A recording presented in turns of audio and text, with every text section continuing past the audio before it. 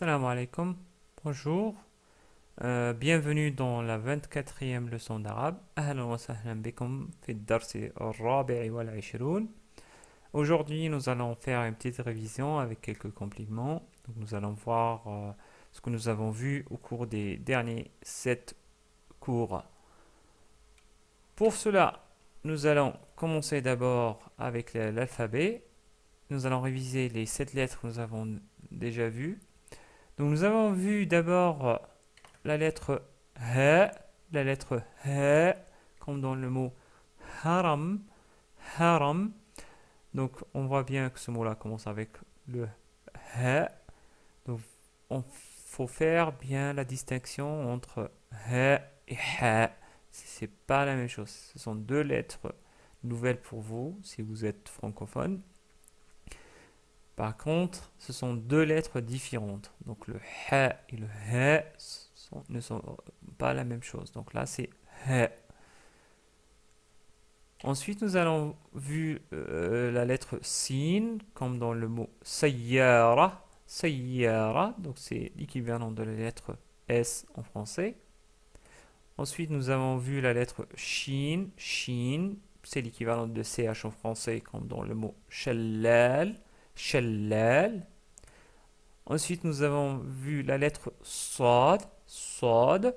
Donc, ce son-là est différent par rapport au son de la lettre Si parce qu'il est plus fort et c'est pour ça qu'on le représente avec un C. C'est dit. Donc, on dit Sa et non pas C'est. C'est Sa. Sa, So, Si. Comme dans le mot Sayyad. Sayyad. Ensuite, nous avons vu une lettre plus ou moins difficile à prononcer, qui est la lettre Ain.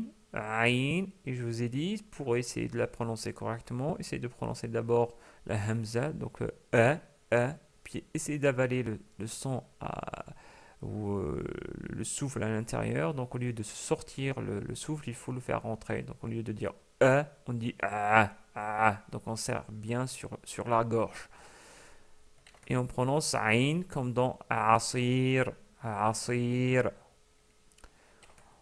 Ensuite, nous avons vu la lettre Rain qui ressemble beaucoup à la lettre R à la parisienne en français, comme dans le mot Razel.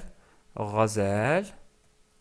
Et enfin, nous avons vu une lettre très facile, à savoir la lettre Mim, qui est l'équivalent de la lettre M en français, comme dans le mot Malik. Malik. Révisons maintenant toutes les lettres que nous avons vues depuis le premier cours. Nous avons vu la lettre Alif, puis Ba, Ta, Tha, Jim, Ha, Kha, Dal, Zal, Ra, Zay, Sin, Shin, صاد عين غين ميم نون هاء واو ياء. Qu'est-ce que vous remarquez? On a atteint déjà 75% en termes de progrès d'apprentissage de l'alphabet arabe. Donc il ne reste pas beaucoup, il ne reste que cette lettre. Donc j'espère que vous allez persévérer, continuer jusqu'à finaliser toutes les lettres de l'alphabet arabe et comme ça vous pouvez avancer encore beaucoup plus parce que vous allez pouvoir facilement lire tout mot arabe sans avoir à le transcrire en alphabet latin. Du moins, ceci, ce que j'espère. En dehors de l'alphabet, nous avons vu quelques vocabulaires et nous commençons d'abord par les couleurs. On avait parlé des couleurs, comme on dit, quelques couleurs principales, mais dans le cours précédent, nous avons vu uniquement les couleurs mais dans leur forme masculine. Il faut savoir qu'en arabe, il y a aussi une forme féminine de ces mots-là. Donc, si je prends la couleur rouge, on a dit que c'est la couleur ahmar, ahmar, mais au féminin, ça va se transformer en hamra, hamra. Pour la jaune, on dit asfar, asfar. Au féminin, on dit safra, qu'est-ce qu'on remarque? On remarque que pour féminiser la couleur, on rajoute un alif et hamza à la fin et on enlève le premier alif au début. Donc, vous vous en rappelez, il faut juste imaginer que vous allez déplacer le alif à la fin. Donc, ça devient hamra, safra. Pareil pour la couleur bleue, on dit azraq au masculin. Au féminin, on dit zarqa, zarqa. Ensuite, la couleur verte, on dit akhdar, akhdar. Au féminin, khadra, khadra. Couleur blanche, on dit abiyad, abiyad. Au féminin, c'est bayda, bayda. Couleur noire, on dit aswad. Au féminin, on dit saouda. Donc, jusque-là, la forme de la féminisation, c'est toujours un alif et hamza à la fin. On va voir que ça va changer. Pour la couleur orange, on va dire plutôt burtuqali. Donc, c'est une couleur qui commence par avec un alif. Son féminin devient alors burtuqaliya ou burtuqaliyatun si on ne s'arrête pas sur le mot. Donc, remarquez, on a ajouté, comme d'habitude, une ta marbouta parce qu'il s'agit d'un nom féminin. Pareil pour le violet, on dit au masculin banafsajiyun, banafsajiyun ou banafsaji si on s'arrête sur le mot. Au féminin, on dit plutôt banafsajiya, banafsajiya ou banafsajiyatun si on continue la phrase. Ensuite, le marron, on dit bunniyun ou bunni si on s'arrête sur le mot. Et au féminin, on dit bunniya, bunniya. Voilà, donc on a vu les deux formes de féminisation donc, pour les couleurs principales. Voyons quelques exemples pour voir comment on utilise les deux aspects, parce qu'en français c'est toujours la même chose. Donc, je vais donner l'exemple de hayawanun ahmar. Hayawanun ahmar. Donc, hayawanun veut dire un animal, ahmar veut dire bien sûr rouge. Donc ça devient un animal rouge. Remarquez comment j'ai lu la phrase. J'ai dit hayawanun ahmar. J'ai pas dit hayawan ahmar. Pourquoi? Parce que je ne me suis pas arrêté sur hayawan. Si je m'arrête, je dis hayawan. Mais si je continue la phrase, je dis hayawanun ahmar. Et je m'arrête, je dis ahmar. Je dis pas ahmaru parce qu'il n'y a plus rien après le ahmar. Un deuxième exemple, sayyaratun hamra. Sayyaratun hamra, qui veut dire une voiture rouge. Remarquez bien qu'on a utilisé le masculin avec le nom masculin. Donc, ahmar, c'est couleur au masculin, ou couleur rouge au masculin, avec hayawanun, qui est un nom masculin ou en arabe. Pareil pour sayyaratun, c'est un nom féminin. Hamra, c'est la couleur rouge, mais au féminin. Par contre, faites attention. Comme je l'ai dit auparavant, un nom féminin en français n'est pas forcément féminin en arabe. Et vice versa. Exemple, si je dis sama'un zarqa, cela veut dire un ciel bleu. Sama, c'est le mot qui veut dire un ciel. Pourquoi on a utilisé zarqa? C'est au féminin. Tout simplement parce que le mot sama, c'est un nom féminin en arabe. Bien que il est masculin en français. Donc faites attention à ça. Donc quand vous apprenez un nouveau mot, il faut savoir si c'est un nom masculin ou féminin pour que vous ne mélangiez pas l'arabe et le français parce que c'est pas la même chose. On va voir maintenant la même chose pour les noms parce qu'on les a vus. Je vous ai montré comment compter de 1 à 10, mais je ne vous ai pas montré la différence entre la prononciation des chiffres ou plutôt l'utilisation des chiffres au masculin et au féminin. La dernière fois, j'ai compté de 1 à 10 et j'ai omis le 0. Donc là, c'est l'occasion pour que j'aborde aussi le 0. En même temps, j'ai utilisé, pour transcrire, pour vous montrer comment écrire les chiffres, j'ai utilisé les chiffres qu'on appelle les chiffres arabes. Même en Occident, on dit que c'est les chiffres arabes. Mais aujourd'hui, je vais utiliser les chiffres indiens. Pourquoi? Parce que les chiffres indiens, ce sont les chiffres qui sont utilisés au Moyen-Orient. Donc au Maghreb, on utilise plutôt les chiffres arabes. Et au Moyen-Orient, ils utilisent les chiffres indiens. C'est un peu étonnant, mais je pense que c'est parce que les chiffres arabes ont été inventés par les Arabes du Maghreb. et après ils étaient utilisés par l'Andalousie, etc. Ils se sont propagés en Europe. Par contre, les gens qui sont au Moyen-Orient, ils ont continué à utiliser les chiffres indiens. Donc pour le chiffre 0, on le note comme ceci, donc c'est un point. Et au masculin, on dit c'est sifr, donc 0, sifr. Et au féminin, on dit pareil, sifr.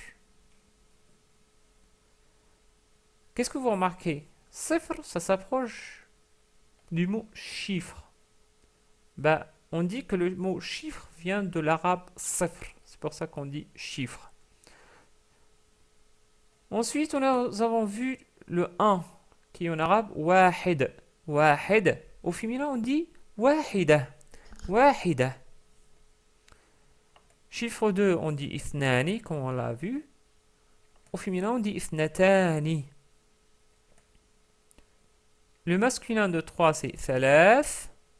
Le féminin, c'est thalatha. Le masculin de 4, c'est arba'. Le féminin, c'est arba'a.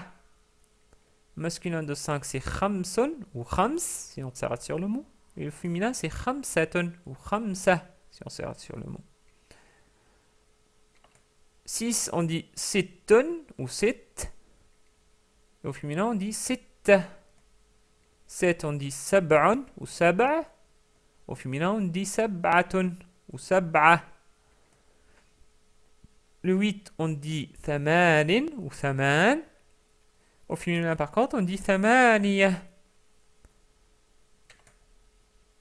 Le 9, on dit tis'a ou tis'un. Au féminin, on dit tis'atun ou tis'a. 10, on dit ashrun ou ashr au masculin. Au féminin, on dit ashratun ou ashra. Ashra. Voilà, donc là, j'ai cité les chiffres de 0 à 10. Donc vous pouvez continuer par vous-même à apprendre la suite. Ou sinon, peut-être on l'abordera dans un prochain cours. Ce qu'il faut savoir maintenant, c'est comment utiliser le masculin et le féminin dans la langue arabe. Donc je vais vous donner quelques exemples pour cela. Donc je vais commencer par le premier exemple. Comment on dit par exemple un homme, donc un seul homme. Donc si je dis un homme, en arabe on dit rajulun ou rajul si on s'arrête sur le mot. Dès qu'on dit rajul, on comprend que c'est un homme. On n'a pas besoin de dire wahid ou wahidun rajulun ou rajulun wahid. Mais si on voulait mettre plus d'accent sur le nombre, comme on dit, il n'y avait qu'un seul homme, donc c'est un seul homme. On dit dans ce cas-là rajulun wahid. Rajulun wahid. Mais c'est juste pour dire un homme. On peut dire rajul parce qu'on comprend que c'est un seul homme, c'est pas au pluriel, c'est pas au duel parce qu'au duel et en pluriel ça va changer, on va le voir. Donc remarquez que rajul c'est un nom masculin et on a utilisé la forme masculine du chiffre 1, wahid. Pour dire une femme, on dit imra'atun, imra'atun ou imra'a si on s'arrête sur le mot. Si on veut mettre plus d'accent sur le nombre, on va dire imra'atun wahida. Imra'atun wahida. Une seule femme. Maintenant, vous remarquez que imra'a, elle est au féminin. Et wahida, c'est le chiffre 1 au féminin aussi. Un deuxième exemple, là, on va utiliser le duel. Pour dire deux hommes, on dit rajulani. Rajulani. Deux hommes. Là, on comprend que c'est deux hommes. Pourquoi on a utilisé le alif et noun à la fin. Bien que le alif n'est pas bien clair parce qu'il est plus ou moins fusionné avec le lem. Et on va voir c'est une forme particulière quand le lem est attaché au alif.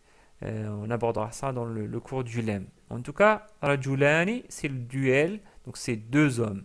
Si on veut mettre plus d'accent sur le nombre, on dit rajulani ithnani. Rajulani ithnani.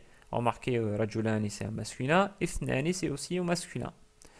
Pour dire deux femmes, par contre, on dit imra'atani, imra'atani, deux femmes. Pour mettre plus d'accent sur le nombre, on dit imra'atani, ithnatani, deux femmes seulement, deux seules femmes. Imra'atani, ithnatani. Remarquez qu'on a utilisé aussi dans rajulun ou rajulani et imra'atun ou imra'atani, on a utilisé le nombre après le nom. Donc rajulun wahid, non pas wahidun rajulun. Rajulani ithnani, non pas ithnani rajulani. On va voir que ça, par contre, ça va changer euh, pour le pluriel. Donc du 3 au 10, mais avant ça, remarquez que imra'atani, c'est au féminin, ithnatani au féminin, comme on l'a dit. Au pluriel, si je dis 4 hommes, je vais dire arba'atu rijalin. Arba'atu rijalin. Donc là, j'ai utilisé le chiffre arba'atu, ça veut dire 4. Rijalin, c'est le pluriel de rajul, et ça donne rijalin. Pour dire 4 femmes, là par contre on dit arba'u nisa'in. Arba'u nisa'in, 4 femmes. Vous voyez que le mot imra'atun a complètement changé au pluriel. Donc c'est un pluriel qui n'est pas régulier, ça devient nisa'in. Carrément, c'est un autre mot. Mais qu'est-ce qu'on remarque d'autre? D'abord que on a précédé la phrase par le nombre. Donc on commence par le nombre, puis le mot. Et en plus, arba'atun, c'est au féminin, bien que rijalun, c'est un nom masculin. Arba'un, c'est au masculin. Par contre, nisa'un, c'est un nom féminin. Donc, pour le nombre 3 à 10, on inverse. On utilise le féminin avec le masculin et le masculin avec le féminin. Et on précède toujours le mot par le nombre. On ne dit pas rijalun, arba'atun, on dit arba'atu rijalin. Voilà. Comme ça, on a fini avec les nombres. Vous maîtrisez plus ou moins comment les utiliser. Principalement les nombres de 0 à 10. On aura peut-être une autre occasion pour parler des chiffres et des nombres au-delà de 10. Dernière chose que nous avons vu aussi, c'est le singulier, duel et pluriel régulier. Nous avons vu à travers quelques mots comment utiliser le singulier, le duel et le pluriel. Maintenant, je vais vous donner plutôt une phrase. Donc, c'est la phrase qui est au singulier ici, et on parle là, le mot qui est en vert ici, c'est notre mot qui nous intéresse. Donc, c'est le mot al-musafiru, le voyageur. Donc, cette phrase commence par le mot dhahaba, qui est un fi'l, un verbe, rappelez-vous. Un fi'l, dhahaba, est allé. Al-musafiru, c'est le voyageur, c'est le sujet ici, donc c'est un ism. Et ensuite, on a vu, c'est ila. Ila veut dire, comme on a vu, c'est vers ou a, et c'est un outil, un harf en arabe. Ibaris, c'est un nom, un ism, qui veut dire Paris. Donc là, ça veut dire le voyageur est allé à Paris. Si on veut utiliser le duel, on va dire ذهب المسافران إلى باريس. Remarquez ici qu'on a ajouté alif et noun, donc marqué ici en rouge pour signifier le duel. Donc ça, c'est pour le duel régulier. Si on veut dire, si on veut transformer cette phrase en pluriel, on va dire ذهب المسافرون إلى باريس. Donc on rajoute waw et noun. Remarquez le waw et noun qui est marqué ici en rouge pour signifier le pluriel du mot al-musafiru. Bon. Ce que je ne vous ai pas dit, c'est que ça c'est la forme générale, mais il faut savoir que les mots en arabe changent selon leur position dans la phrase. Ça c'est un peu compliqué, ça fait l'objet d'un cours avancé, mais je vais juste vous initier à ça pour que vous ne soyez pas étonné si vous voyez qu'il y a un pluriel, mais il n'est pas utilisé de la même manière. Donc je reprends la phrase qui est utilisée au duel, donc ذهب المسافران إلى باريس. Les deux voyageurs sont allés à Paris. Donc là, le mot musafirani, c'est un sujet de cette phrase-là. Par contre, si ce nom-là n'est pas un sujet, par exemple, si je prends la phrase istaqbala, c'est le verbe à accueillir, donc c'est un fi'l. Al-mudhifu, donc le deuxième mot veut dire l'hôte, donc c'est le masculin du mot hôtesse. Al-mudhifu, ici le sujet c'est al-mudhifu. Al-musafirayni, il a accueilli les deux voyageurs. Donc là on n'a pas dit al-musafirani, on a dit al-musafirayni. Pourquoi? Parce que Là, c'est un complément d'objet direct. Et dans ce cas-là, la terminaison, elle change en arabe. Donc, ne soyez pas étonnés de voir al-musafirayni. Donc, la terminaison ici, marquée en rouge, c'est un ya avec un soukoun. Donc, précédé là, le ra, il est avec un fatha. Et après, le noun, al-musafirayni. Au pluriel, on dit ذهب المسافرون إلى باريس quand le mot est un sujet. Par contre, s'il y a un COD, on va dire استقبل المضيف المسافرين. Donc, c'est pas le musafiraini, faites attention, c'est le musafirine. Donc, c'est aussi un ya et noun, mais il n'y a pas le soukoun. Parce que là, le ya, c'est la voyelle longue ya. Et c'est pour ça que ra, avant le ya, c'est avec une kasra. Donc, c'est le musafirine, c'est le prolongement de ra. Et là, c'est le pluriel du mot al-musafiru utilisé comme un COD.